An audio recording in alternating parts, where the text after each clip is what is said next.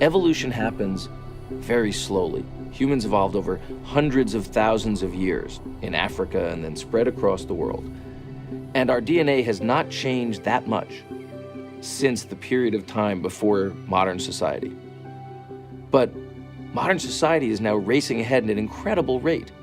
And that mismatch explains why we have, to some extent, this obesity problem today. We are designed for a very specific type of environment. Low availability of calories, need for energy expenditure to get the calories. For most of human experience, it was challenging to be able to find enough food. It's that condition, scarcity. That's what built us, that's what defined us. And if you look at our physiology, our psychology, our sociology, our culture, all those things were driven by scarcity. They're all responses to scarcity. So our bodies, the way that we digest food, the reasons we prefer certain foods, the reasons we put on weight and keep it on, all those are responses to scarcity.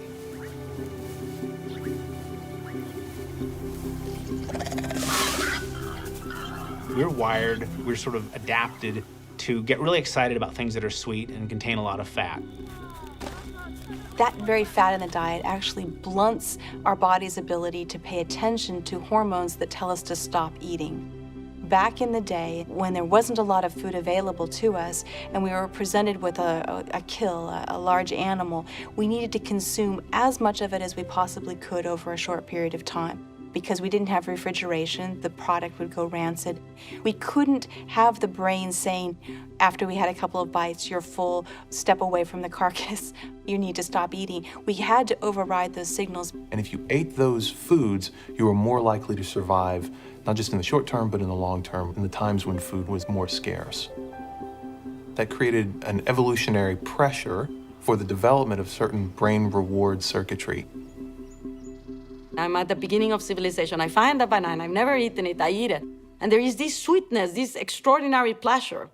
Immediately my brain learns, a type of learning that will lead me the next time, just with one exposure, that I see that yellow color, immediately desire it.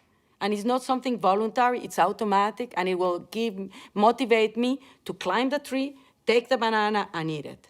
And that conditioning is extremely powerful, and it's indispensable for survival. The human biology by 10,000 years ago was finely tuned to living within a hunter-gatherer environment. Eventually, the foraging diet can no longer support the populations we have, and we have to shift to an entirely new strategy. We can no longer forage for food, we have to start producing it. We have to become farmers. When agriculture started to appear, villages and settlements came along with it. We started to live in very different environments.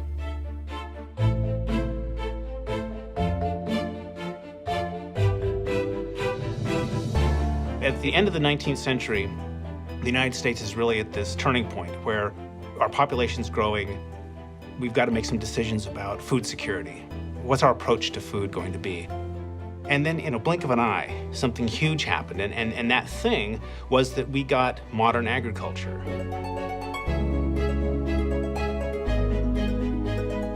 We realized that if we wanted to be strong militarily and be strong economically, we were going to have a ready supply of food. That was absolutely essential.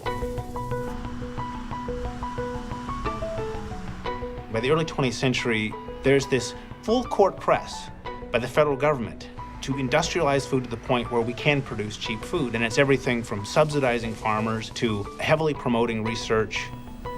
And what this allows the United States to do, faster than any other country, is to raise our per acre yields. We were able to, for example, double the number of bushels of corn from 1930 to 1940. So now we find ourselves with a great abundance of grain. And so the next question is, what do we do with all this? We're exporting a great deal of it to overseas markets.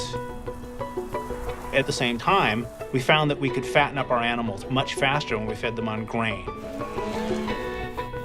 We wanted to keep food prices very cheap, and we wanted to keep prices stable. And so we built this entire food economy from the ground up. very specifically targeting this notion of surplus. In the last 100 years, we have industrialized our food supply.